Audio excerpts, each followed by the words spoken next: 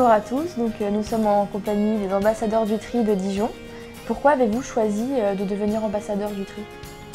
Alors moi personnellement j'ai pas trop choisi, je suis tombé un peu par hasard et puis en fait je me suis découvert une passion pour le boulot parce que en fait c'est tellement varié, c'est auprès du public, il y a de la sensibilisation auprès des enfants et en fait moi j'aime bien la vulgarisation scientifique etc. Et du coup expliquer les choses aux gens ça m'est apparu comme une évidence dans ce boulot, donc voilà, un peu par hasard mais finalement, je suis bien tombé. Et Jenny, quel a été votre déclic écologiquement parlant? Ça remonte à mon enfance. J'ai vécu en bord d'océan et j'ai souvent remarqué les déchets, que ce soit dans la mer ou dans le sable. Et à force, au collège, j'ai regardé plein de vidéos de sensibilisation, dont les tortues qui ont des pailles dans le nez et qui saignent. Et à force, je me suis dit que les déchets, c'était vraiment un truc que je voulais combattre, en fait, tout simplement. Quel a été votre parcours scolaire, Aurore? Alors moi, mon parcours scolaire, donc dans les ambassadeurs du tri, on est très éclectique de ce côté-là. Donc le mien, il a commencé par une licence de géologie. Il a fait une petite bifurcation vers de l'archéologie.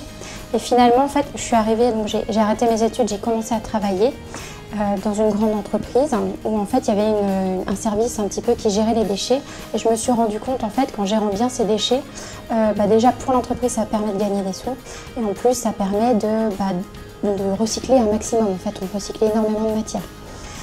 Du coup ça m'a donné envie d'aller dans ce monde-là, donc j'ai fait une licence professionnelle traitement des eaux et des déchets et du coup j'ai atterri dans les ambassadeurs du tri pour Dijon Métropole après. Voilà. Est-ce que vous pouvez nous en dire plus sur vos prochains projets organisés?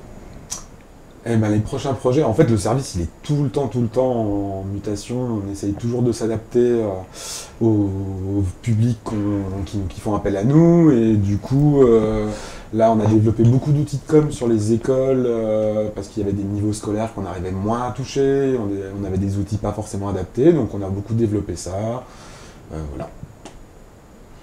En quoi consiste concrètement le métier d'ambassadeur du tri? Alors le métier d'ambassadeur du tri concrètement c'est énormément de choses différentes. Déjà il y a les deux missions auxquelles on peut intervenir qui est la réduction des déchets ou la gestion des déchets.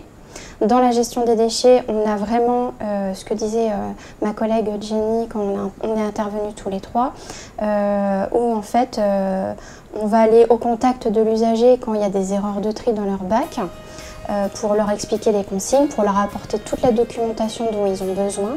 Là, il y a un échantillon, par exemple, ça s'appelle un éco-tri, qui permet de savoir où jeter certains déchets, voilà, donc avec la réglette qui se détient.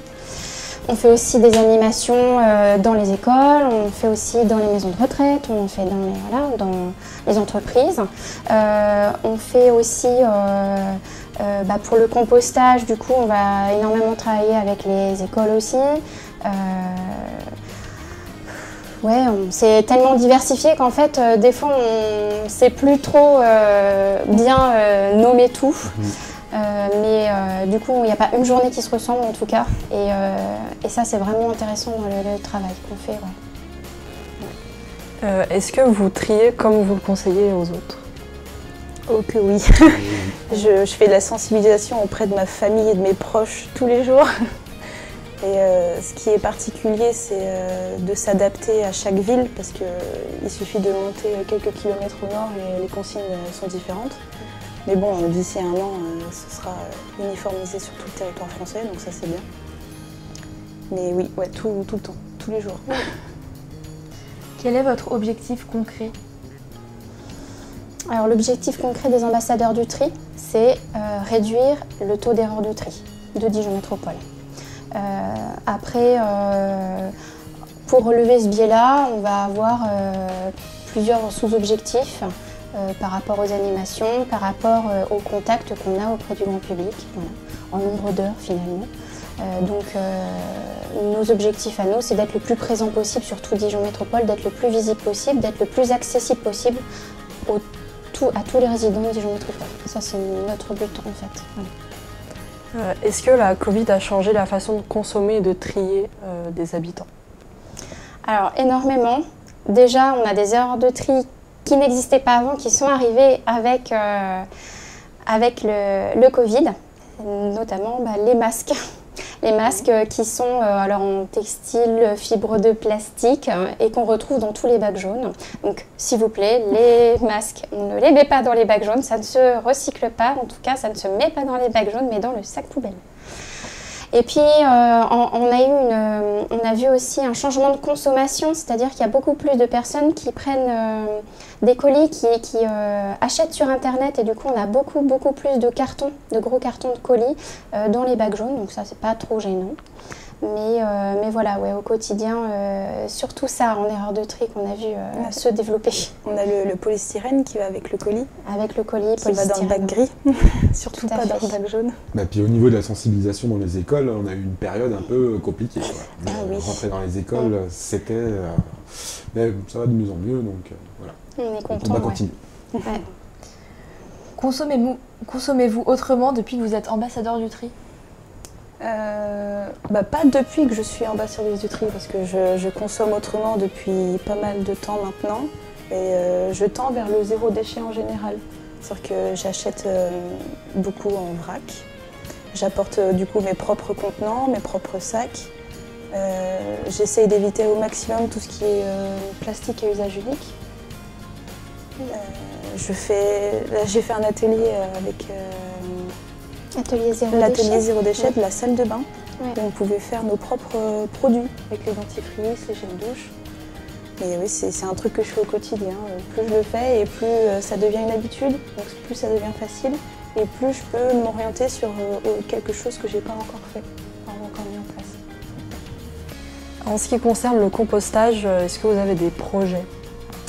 Eh bien oui, de toute façon, le nombre de placettes n'a de cesse d'augmenter, donc on continue de guider les gens, conseiller les gens, former les gens. Et moi personnellement, j'aimerais bien que les services des ambassadeurs du tri proposent des choses encore plus cool pour les enfants à ce niveau-là, histoire de dédramatiser un peu le compostage, la terre, le rapport à la nature et voir qu'en fait on peut s'y marrer et que c'est source de savoir pour beaucoup de choses. Donc voilà, on va aller sur les enfants beaucoup plus, sur les animations scolaires. Quels sont vos liens avec Suez?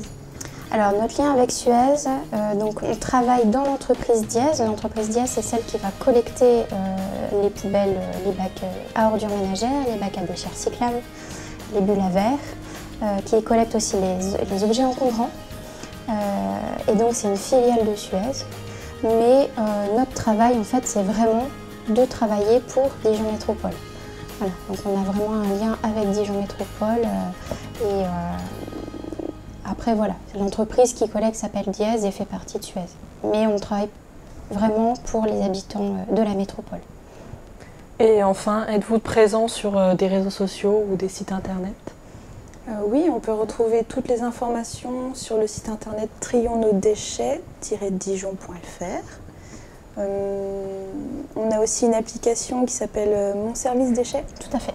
Disponible du coup sur Android et iPhone. Sinon, vous pouvez nous contacter aussi au 0800 12 12 11 pour toute demande, toute question. Ouais. Vous avez une petite astuce donc sur l'application Mon Service Déchets. Vous avez le moyen en fait de scanner vos codes barres d'emballage et en fait ça va vous indiquer l'endroit où vous pouvez jeter vos emballages.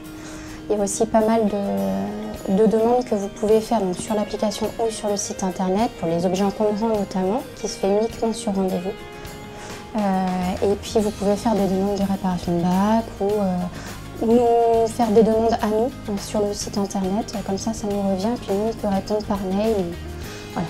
Ou par message, SMS. Ouais. Et il y a un nouveau service aussi, c'est la donnerie, où ça permet de donner des objets. Tout à fait. De mettre une espèce d'annonce qui va permettre de donner des objets dont on ne se sert plus, qui peuvent servir à quelqu'un d'autre. Voilà. Plutôt que de les emmener en déchetterie. Et si c'est pas donné, ça prend automatiquement un rendez-vous pour les objets encombrants.